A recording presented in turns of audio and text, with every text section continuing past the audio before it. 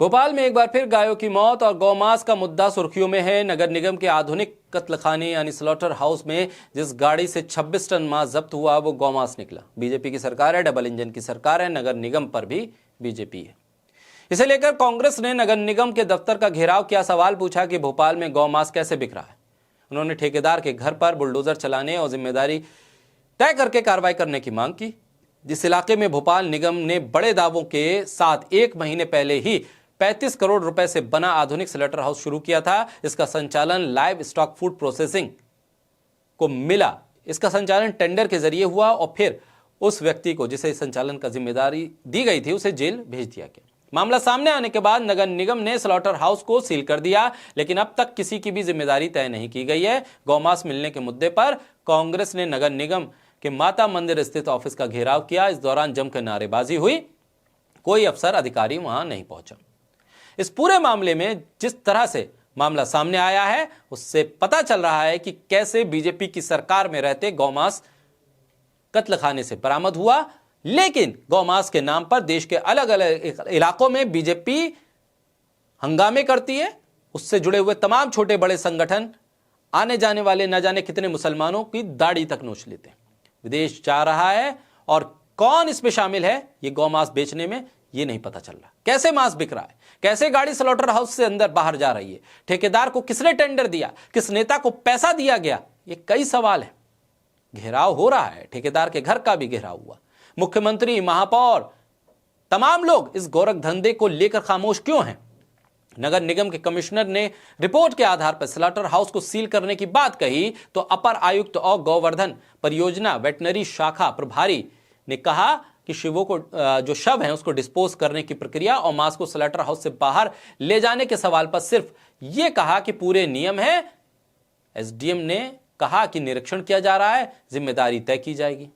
करीब 3 साल पहले भी भोपाल में बड़ी संख्या में गायों की मौत का मामला सामने आया था, लेकिन मामला तब थम गया। पवन खेड़ा ने सवाल उठाया कि आखिर यह कैसी बीजेपी की सरकार है, डबल इंजन की कैसी सरकार है कि गौमांस नगर निगम के कत्लखाने में स्लॉटर हाउस में भरा जा रहा है और गाड़ियां लेके जा रहे हैं। वो तो पकड़ लिया गया और जांच में गौमांस निकला। नहीं तो दादरी के अखलाक के फ्रिज में तोड़फोड़ करके घुसने वाले आज तक साबित नहीं कर पाए कि अखलाक के फ्रिज में गौमांस था या नहीं, लेकिन अखलाक को मौत के घाट उतार दिया गया। और यहां बीजेपी की सरकार है, बहुत ही सख्त सरकार है, और वहां पर उसी के नगर निगम के स्लॉटर हाउस में गौमांस पकड़ा जा रहा है, फिर भी कोई कार्रवाई नहीं हो रही है।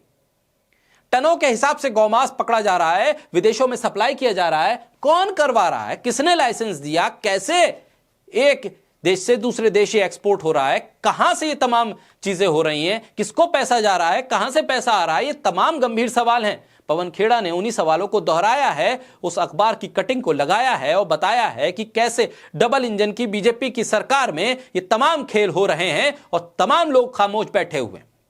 न मुख्यमंत्री कुछ बोल रहे हैं, ना महापौर कुछ बोल रहे हैं, ना कैलाश विजयवर्गीय कुछ बोल रहे हैं, ना उनके बेटे कुछ बोल रहे हैं। नहीं, इंदौर से लेकर पूरे मध्य प्रदेश में तमाम वो सनातन के संगठन, तमाम वो लोग, बजरंग दल से लेकर हिंदू युवा वाहिनी और तमाम लोग जो बोलते रहते हैं इसी मुद्दे पर, वो सब खामोश हैं। क्यों नहीं मुख्यमंत्री से सवाल किया जा रहा है, क्यों नहीं महापौर से सवाल किया जा रहा है, पूछा क्यों नहीं जा रहा है कि आखिर हो क्या रहा है? ये तो एक मामला है, और कहां कहां क्या क्या हो रहा है, क्या इस पर भी जानकारी सामने आएगी? मुद्दा यह है कि हमारे राज्य में, हमारे सत्ता में रहते हुए अगर कुछ हो जाए तो उसे ढक दिया जाए, दूसरे की सत्ता में रहते अगर कुछ ना भी हो तो भी निकाला जाए। यह स्थिति बन रही है। गौमांस के नाम पर राजनीति हो रही है, लेकिन सही कार्रवाई नहीं होती दिख रही। जब पूरे देश में एक माहौल है और यह कहा जाता है कि गौमांस इस देश में नहीं हो सकता, तो फिर यह कहां से आया, किसने सप्लाई किया, गौवंश किसने सप्लाई किए, कौन लोग जिम्मेदार हैं? ये जिम्मेदारी तय होने का वक्त आ गया है। मध्य प्रदेश में कांग्रेस ने इस मुद्दे को पकड़ा है, उठाया है, सवाल किए हैं, लेकिन सवालों के जवाब मिल पाएंगे, कह पाना मुश्किल है।